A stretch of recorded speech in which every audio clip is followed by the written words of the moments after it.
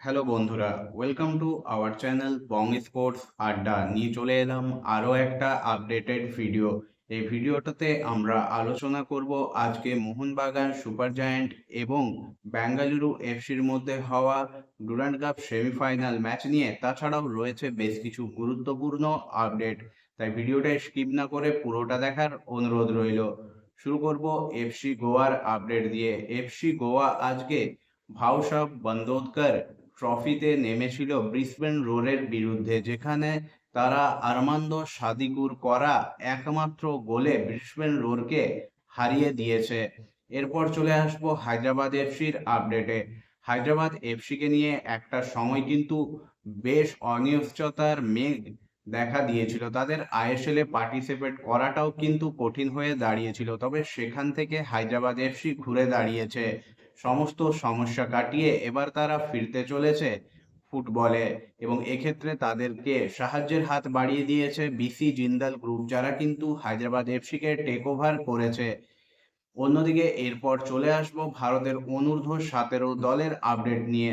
ভারতীয় অনূর্ধ্ব 17 দল ইন্দোনেশিয়ায় কিন্তু একটা দুটো ম্যাচের ফ্রেন্ডলি সিরিজ খেলতে গিয়েছিল, যেখানে প্রথম ম্যাচে ভারতীয় দল 3-1 গোলে পরাজিত হয়েছিল। তবে আজ দ্বিতীয় ম্যাচে ভারতীয় দল কিন্তু সুমিত শর্মার করা একমাত্র গোলে ইন্দোনেশিয়াকে 1-0 গোলে পরাজিত করেছে। এরপর চলে আসবো মোহামেডান স্পোর্টিং ক্লাবের ছোট্ট একটা আপডেট নিয়ে। মোহামেডান স্পোর্টিং ক্লাবকে নিয়ে একটা ভালো খবর কিন্তু রয়েছে। আজকে কিন্তু বাংকার হিলের ডিরেক্টর দীপক সিং কলকাতায় এসছেন। তিনি খুব সম্ভবত ক্লাব অফিসিয়ালসদের সঙ্গে একটা মিটিংও করবেন। তাছাড়াও মোহামেডান স্পোর্টিং ক্লাব সম্পর্কে একটা গুরুত্বপূর্ণ আপডেট বেরিয়ে এসছে। সেখানে এক ক্লাব কর্মকর্তা জানিয়েছেন, এই যে সমস্যা তৈরি হয়েছে তার কিন্তু সমস্যার সমাধানের পথ খোঁজা হচ্ছে এবং খুব শীঘ্রই সমাধান কিন্তু বেরিয়ে আসবে। এক্ষেত্রে সমাধানের জন্য যে পথ অবলম্বন করা হবে, সেখানে বোর্ড অফ ডিরেক্টরে কিন্তু 7 জন সদস্য রাখা হতে পারে, যেখানে মোহামেডান স্পোর্টিং ক্লাবের 3 জন, বাংকার হিলের 2 জন এবং সাচি গ্রুপের 2 জন। তাছাড়া বোর্ড অফ ডিরেক্টরের চেয়ারম্যান হবেন সাচি গ্রুপের চেয়ারম্যান রাহুল টোডি। এইরকমই আপডেট রয়েছে।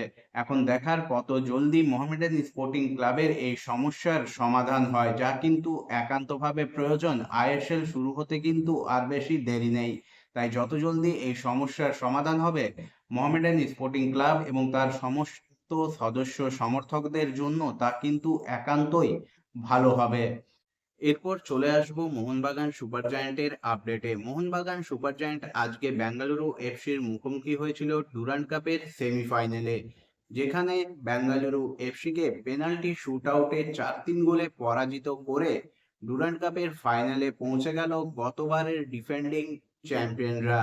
মোহনবাগান সুপার জায়ান্ট এবং বেঙ্গালুরু এফসি দুটোই কিন্তু আইএসএল এর শক্তিশালী দল। বেঙ্গালুরু এফসি এই সিজন কিন্তু নিজেদের দলে বেশ কয়েকজন নতুন খেলোয়াড়ের ইনক্লুড করেছে, বিশেষ করে পেরেরা ডিয়াজ নাগুয়েরার মতন খেলোয়াড়দের। আজকে খেলাটা কিন্তু প্রথম থেকেই আক্রমণ প্রতি আক্রমণে শুরু হয়েছিল, যদিও প্রথম গোল পেয়ে যায় বেঙ্গালুরু এফসি।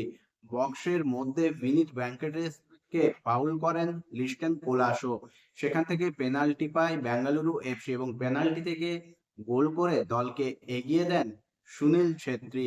এরপর কিন্তু গোল পরিশোধের ভালো সুযোগ এসেছিল মোহনবাগানের কাছে, তবে ভাগ্য সঙ্গ দেয়নি মোহনবাগানের। মাত্র 1 মিনিটের ব্যবধানে পরপর দুটো শট কিন্তু পোস্টে প্রতিহত হয়, একটা লিস্টেন কোলাসোর এবং অপরটা আলবার্তো রড্রিগেজের। তাছাড়া জেসন কামিন্সের ভলিও কিন্তু লক্ষ্যভ্রষ্ট হয়। প্রথমার্ধে 1 গোলে পিছিয়ে থেকেই বিরতিতে যায় মোহনবাগান সুপার জায়ান্ট। বিরতি থেকে ফিরে এসেই আবারও কিন্তু গোল হজম করে মোহনবাগান সুপার জায়ান্ট এবং এবারও গোলটা করেন বেঙ্গালুরুর হয়ে এই ম্যাচে আত্মপ্রকাশ ঘটানো 19 বছর বয়সী উইঙ্গার ভিনিত ভেঙ্কটেশ। তার বলেই কিন্তু মোহনবাগান সুপার জায়ান্ট 2-0 গোলে পিছিয়ে পড়ে। 2-0 গোলে পিছিয়ে পড়ার পর কিন্তু খোঁচা খাওয়া বাঘের মতো মোহনবাগান সুপার জায়ান্ট কিন্তু তেড়ে ফুঁড়ে আক্রমণে উঠতে থাকে, যার ফলস্বরূপ 68 মিনিটের মাথায় পেনাল্টি পায় মোহনবাগান সুপার জায়ান্ট। বক্সের মধ্যে মনবীর সিংকে ফাউল করেন রাহুল পেকে এবং সেখান থেকে গোল করে দলকে 1 গোল এনে দেন দিমিত্রি পেত্রাতস। এরপর মোহনবাগানের আক্রমণ কিন্তু চলছিল, যদিও মোহনবাগান সুপার জায়ান্ট কিন্তু গোলের দেখা পাচ্ছিল না। মুহুর্মুহু আক্রমণ কিন্তু উঠে আসছিল মোহনবাগানের তরফ থেকে এবং অবশেষে 86 মিনিটের মাথায় অনিরুদ্ধ থাপার দুর্দান্ত একটা বিশ্বমানের গোল। কর্নার থেকে বল বেরিয়ে এসেছিল বক্সের বাইরে এবং সেখান থেকে ভলিতে অনিরুদ্ধ থাপার অসাধারণ ফিনিশ, যা মোহনবাগান সুপার জায়ান্টকে কিন্তু ম্যাচের সমতায় ফেরায়। এরপর কিন্তু দু দলেই গোলের সুযোগ পেলেও কোনো দলেই আর গোল করতে পারেনি, ফলে ম্যাচটা যায় পেনাল্টি শুট আউটে, যেখানে কিন্তু আবারও হিরো বিশাল কাইত সেমিফাইনালে তিনি দুটো সেভ করে মোহনবাগানকে পৌঁছে দিলেন ডুরান্ড কাপের ফাইনালে। এর আগে আমরা কোয়ার্টার ফাইনালেও দেখেছিলাম বিশাল কাইতের দুর্দান্ত গোলকিপিং, যা কিন্তু বজায় রইল সেমিফাইনালেও এবং সেমিফাইনালে তার হাত ধরেই কিন্তু মোহনবাগান পৌঁছে গেল ডুরান্ডের ফাইনালে। এবার ফাইনালে প্রতিপক্ষ নর্থ ইস্ট ইউনাইটেড এফসি। বন্ধুরা, আজকের এই ভিডিওটা এই পর্যন্ত।